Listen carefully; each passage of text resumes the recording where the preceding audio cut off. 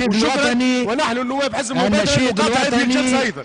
النشيد الوطني ملك للجميع ولا يوظف من أي طرف كان. كتلة تفضل سي محمد العلوش، نقطة نظام، تفضل.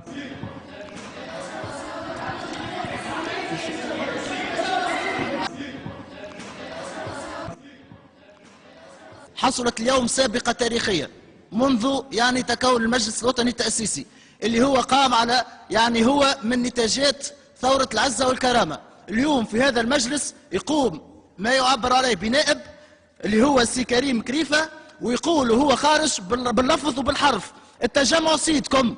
إذن هو موجود هنا دماء الشهداء ودماء ونضالات شباب تونس وثورة الكرامة والعزة. إذا كان يتجرأ اليوم هذايا من علامات الثورة المضادة، وإذا كان اليوم يحل فمه ويقول كلمة كما هكا شيء لا يغتفر ولن يمر هذا الشيء. لذلك أطلب من سيادتكم وبإعاز ودعم من الإخوة النواب بأن يحال مباشرة على لجنة النظام الداخلي ولجنة التحقيق، فهذا شيء لا يسكت عنه.